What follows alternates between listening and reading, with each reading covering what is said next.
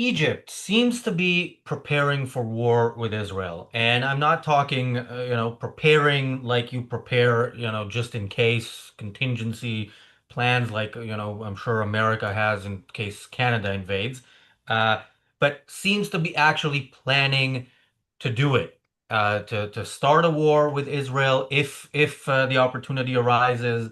And yeah, my concern, as always, is that Israel is delusional about who its friends are. It still is pretending that the war in Gaza is against Hamas when the entire population has not done anything to end the war that they started. And yeah, it is still telling itself stories about Egypt. Now, longtime viewers of this channel will know that I am against the peace with Egypt to begin with. I'm against Western countries having diplomatic relations with dictatorships, period. I certainly don't like the idea that the peace between Israel and Egypt was the result of, Egypt at every opportunity where they thought they could exterminate the Jews, starting a war with Israel, and then Israel buying peace from them after they had won all the wars by giving them back land that they lost in one of those wars that they started. Anyway, this is where we are now. The Egyptians are building up. There's a massive military buildup by Egypt in the Sinai Desert. Uh, against the agreement, the peace agreement between Israel and Egypt. Now, maybe this is done to some extent with Israel's approval. It's certainly done without without Israel doing anything about it. And it is supposedly done because Egypt doesn't want Palestinians flooding Egypt, which is understandable.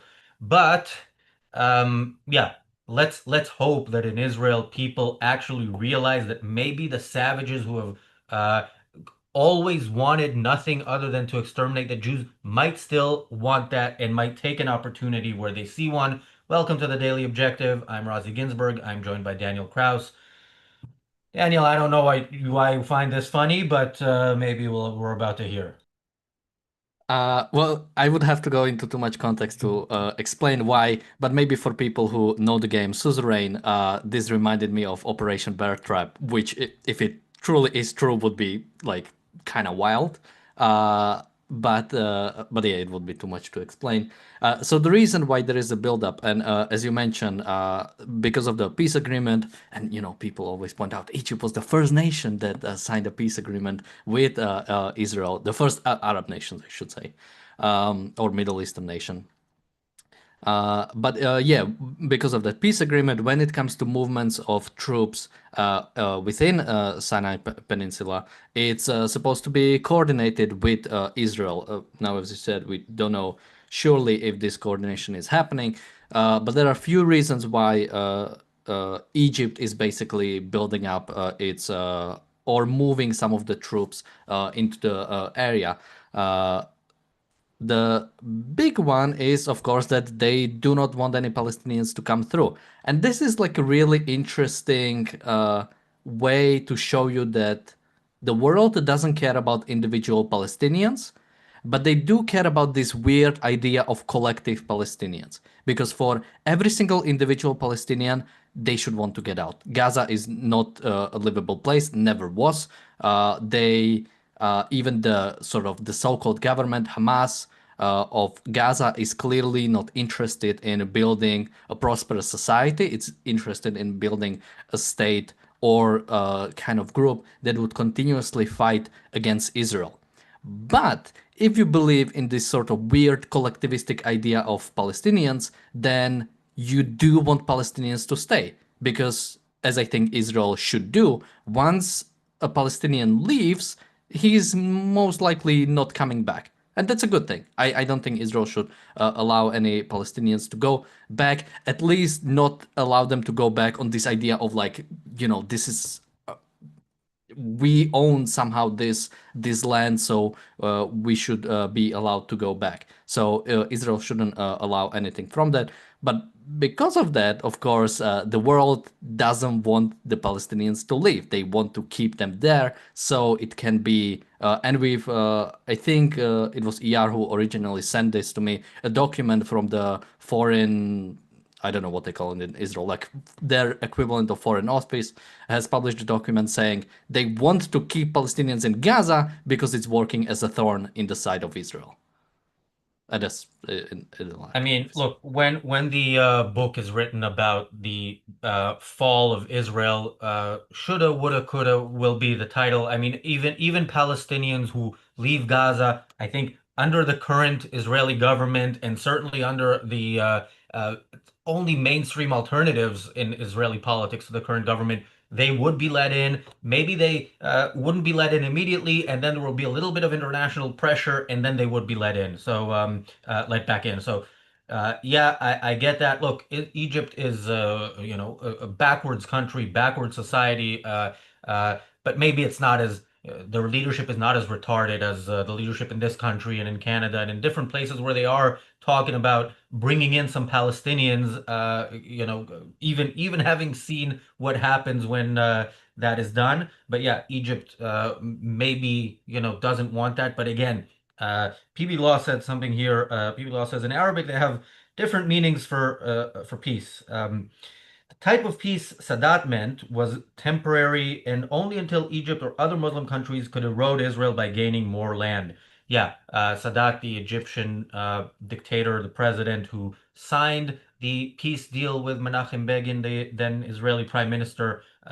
There was never a change in attitudes towards Jews or the Jewish state. Remember, people. I don't know how many people remember this, but on October 7th, when the world heard when we know what happened when Gazans heard of what Hamas had done. They all flooded Israel and looked for as many people to kill. Also, three Israelis uh, in Cairo were murdered. Just random Israeli tourists because they were Israelis, because this felt like the moment. That is what the Arab world is waiting for. It's waiting for that moment where they could do this again and maybe do it, without it with it actually working. Because again, they've tried again and again, and it hasn't worked out. And you can understand why they think there's a moment now, right? Anti-Semitism worldwide is at levels we've never seen. I don't think anybody who's alive today has ever seen in terms of its worldwide acceptance. I mean, there are Holocaust survivors alive today, but in terms of worldwide consensus about getting rid of the Jews, this is unprecedented. And Egypt sees this as well. Now, remember, Egypt, its previous wars against Israel, the last one was in 1973. So since then, it has signed peace with Israel. A part of that it means they get an incredible amount of military aid from the United States. So they have an army that is like nothing they had back when they used to attack Israel. They're not going to be attacking Israel with, Soviet weapons that fire backwards. They're going to be attacking with proper weapons that are dangerous and an army that they have had again over 50 years to build up without Israel doing anything about it. So yeah, there is this is a real danger and yeah, there's a couple other things I want to say, but go ahead. Yeah, I mean, danger to some extent. Again, we are talking about a Middle Eastern non-Israel nation. Half of that army would probably deflect as soon as the war would start. And again, when it comes to even a fighting war, experience of your soldiers is usually much more important than whatever sort of equipment do you have. I mean, again, if you go to any of the past wars, I mean, if you go to like current Iran or current pretty much any Middle Eastern nations, completely, Houthis wiped out, Assad wiped out, the sorry. The Houthis are wiped out. Is this I a mean, recent development? I kind of like, they send one rocket or one missile every now and then that doesn't really hit anything. It's I mean, there's definitely ways to go, but it's not a sort of the threat to Israel. Not to mention, just because it isn't sort of like an existential threat, doesn't mean Israel shouldn't worry about it, because that is sort of the thinking of Israel, that only when it's like an actual existential threat, Israel is actually doing something. When it comes to the foreign aid for Egypt, as you said it, I think. Egypt is in top three of recipient of U.S. Foreign aid. So absolutely, the fact that again we are dealing with these dictatorships as if they are real or as if they are beneficial to us in any way. Funnily enough, I was reading Middle East Eye because I hate myself, and they had an interesting quote there. They had I think this was from a source for Middle East Eye somewhere within the Egyptian security, and they said. Any attempt on the lives of Hamas leaders on Egyptian soil would be considered by Egypt as a violation of its sovereignty and accordingly a declaration of war by Israel, which we would not hesitate to retaliate against. And of course, this comes because because of the recent Israeli strike within Qatar. Why do you have Hamas within your borders? I mean, that should be the question. The biggest reason why Egypt currently doesn't want to, or sort of there's two reasons why Egypt doesn't want to allow any Palestinians in is because of their ties to the Muslim Brotherhood. Is because whenever you allow Palestinians to go into your territory, they try to overthrow the regime, and every now and then they actually succeed. So Egypt doesn't really want to deal with Palestinians because they don't like those people. They only like them as far as when it comes to fighting for Israel, fighting against Israel, and even when it comes to sort of like holding or allowing Hamas members. And I'm not sure if they like confirmed or well, I have one more quote later maybe. But basically, like they don't want Hamas to really exist like inside of Egypt, but they are very pragmatic when it comes to sort of fighting Israel. So Israel, of course, shouldn't take any of these. Well, it should take these threats seriously. Again, it's a state saying we will hold terrorists inside our territory that are actively fighting against you, but we will act as if you attack us, that somehow this is a threat to our sovereignty. Again, the any nation that needs to eliminate those terrorists shouldn't care about it. We took out Osama bin Laden in Pakistan. It's not like Pakistan did anything afterwards. Yeah, I mean the Egyptian statement after the Qatar operation is telling, as is, by the way, the Turkish statement. They, the countries that harbor the terrorists and aid the terrorists that are attempting to kill as many Israelis as possible are panicking, and that alone is a good thing. Even though I don't believe that Israel would act in Turkey, and it should. I doubt that Israel will act in Egypt, though it should. And even if it does, it's probably with Mossad agents, and Israel has done that with Mossad agents in Western countries as well. Uh, but even today, I think it would be easier to do in a Western country, even a hostile country like Spain, who we're going to talk about on the reality show, than in a country like Turkey. And well, I don't know where Egypt is on the spectrum of how dangerous it would be to act in such a country. But yeah, it is a statement of sorts, and in a sense, again, that the fact that Netanyahu is perceived, I don't understand how, but perceived like as some crazy warmonger is is an advantage to Israel, because if Israel's enemies think that, and if Israel's allies think that, if Trump thinks that, and kind of says, okay, this is Trump wants to have deals and negotiate, and if he finds some sort of negotiation where these countries stop harboring terrorists because they don't want to be attacked, because it's bad. Again, Hamas operatives, leaders in some apartment building where Israel targets them and only takes out the room where they are, and they happen to be in the other room so nobody's hurt. If that happens on Egyptian soil, that is disastrous for the Egyptian regime. So, they want to avoid something like that, yet they make these threats.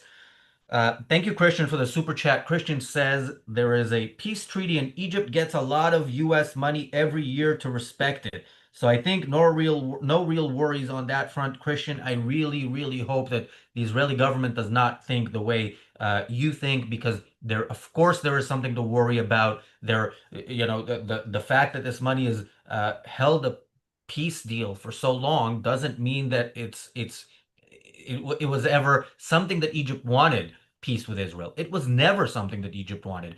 That's why there's still somebody mentioned here in the chat that they there's still PB Law says Egypt is extremely anti-Semitic. They showed a 40-week program acting out the protocols of the Elders of Zion like it's real. Yeah, they teach kids to hate Jews. They teach their public to hate Jews. The public listens and hates Jews and kills them where they have a chance. It's not going to be difficult to convince the Egyptian people to support a war against Israel. And yeah, so no, Christian, I think you're wrong. And thank you, Bonnie, for the super chat.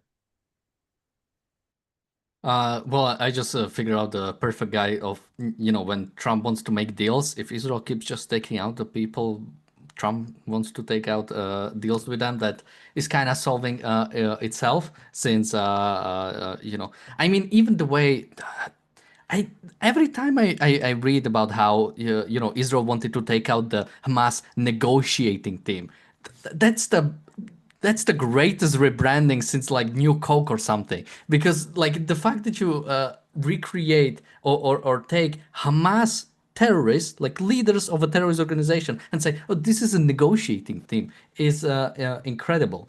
Now, when it comes to sort of will Egypt be too afraid to do something because they are afraid of losing money.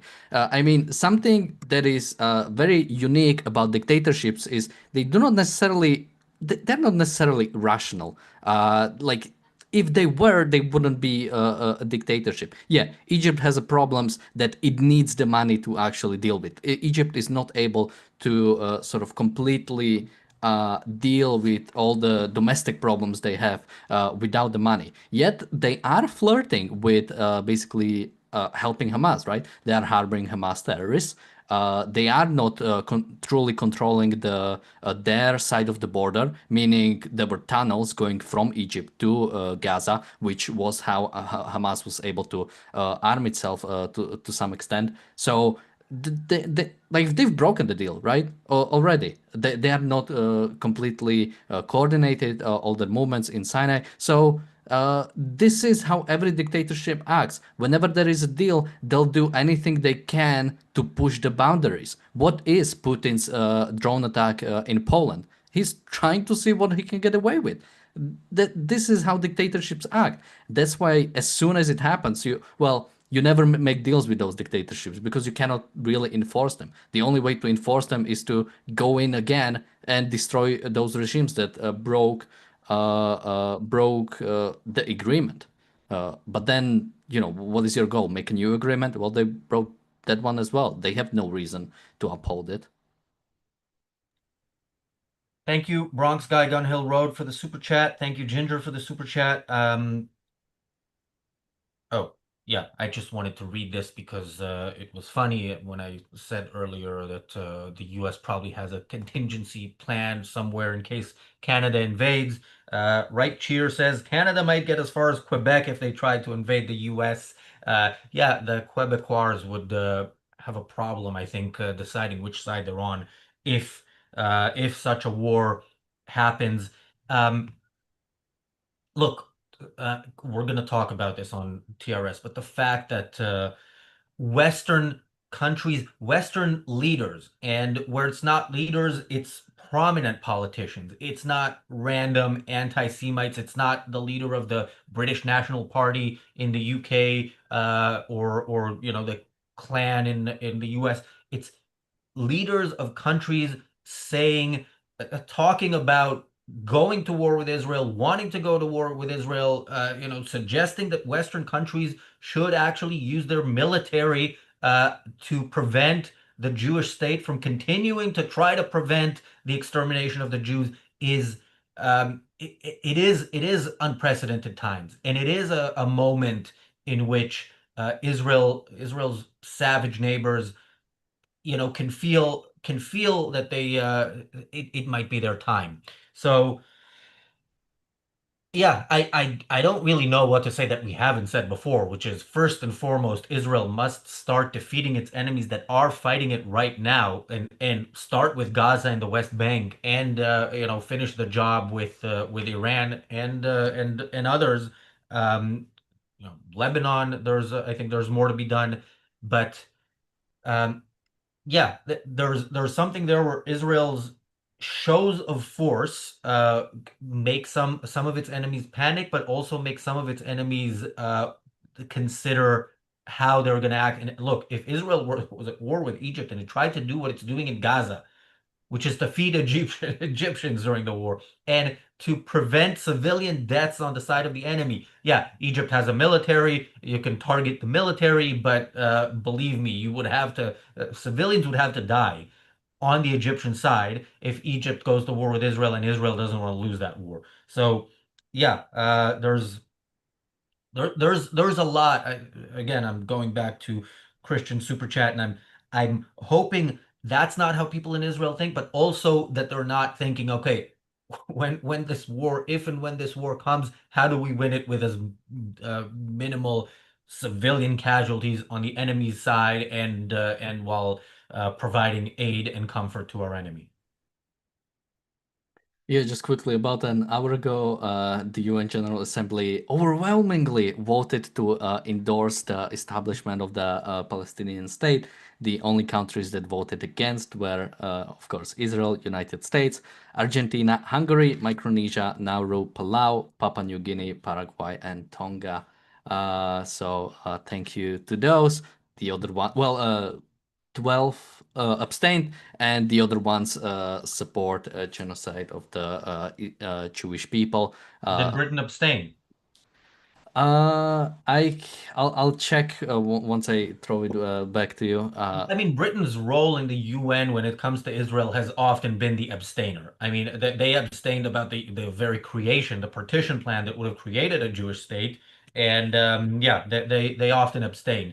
And I think actually they would have made some sort of statement, to the contrary if they were gonna vote for it. But yeah, I'm gonna be interested to look at that list and. I would probably have a pretty good guess on who's on which side of the abstain or voted for. But in either case, they side with evil if they don't vote against it. But if they abstain, they're kind of non-committal siding with evil. Yeah, I'm trying to look for it. I don't know where to Well, find it's it. not urgent. Go ahead. Um, Something to add. okay, something sort of last to bring up about sort of what Egypt is trying to do is, of course, they are trying to prevent from Palestinians leaving or going into Egypt, which again, I think it's like an interesting sort of end goal of collectivism where sort of everybody likes Palestinians, but everybody would prefer if they suffered in Gaza and would not be allowed to get out. So again, Israel shouldn't care about this. It should do. Again, we are only talking about 2 millions, and 2 millions is probably too much. There were bigger like population transfers in the world and were handled well, somewhat, and did much less than the current Palestinian population has done against the Israeli state. They had many times an option to do something. They had a full option to do something back in 2005. They said, no, we'd rather take our chance and try to wipe out Israel. And when they failed, they go and try to act as if they didn't actually do what they did. Ron says that Britain voted for, which is it's interesting because I don't know. Did they say they were about to recognize the Palestine? Actually, I don't They follow that did say, closely. well, conditionally. What was the condition again? The Uh, it doesn't matter More because it aids. didn't I don't know. happen. Who cares? And also, I don't know if this is. I don't know what the wording of the resolution was. Voting for it doesn't really mean necessarily that you're also going to recognize a state. Believe me, if there are loopholes in which you can be a middle of the road, non-committal, not fully on one side. Yeah, that's going to be Britain. Certainly, that's going to be Britain under Keir Starmer. who has been doing that, since day one. But yeah, it's absolutely disgusting. Oh my God, I have to. This is a quote from the UN director at the International Crisis Group. The fact that General Assembly is finally backing a text that condemns Hamas directly is significant. Israelis will say it is far too little, far too late. Now, at least states supporting the Palestinians can rebuff Israeli accusations that they implicitly condone Hamas. It offers a shield against Israeli criticism because they included in this that Hamas should release the hostages and Hamas should be disarmed. Yeah, absolutely despicable. And yeah, I'm 100% certain how Spain voted. Uh, Spain is the topic of today's episode of the reality show. Look, Paul, it was Paul, right, a few days ago asking me if we're going to do an episode about this. And at the time, I only knew about part of what the Spanish Prime Minister said. Uh, now that I know the rest, interestingly, oh, actually, okay, we'll talk about it on the reality show. But yeah, really, the pro-genocide side, which is what the anti-Israel side is, the the mental gymnastics they go through to tell you what they're actually telling you while attempting to tell you the opposite, uh, is getting to ridiculous levels. And I think the Spanish Prime Minister took it to the next level with his recent statement. That is going to be the topic of the reality show that follows in a couple of minutes. Parting thoughts, Daniel? Gaza Talent Est. And with that, we'll see you in a couple of minutes on the reality show.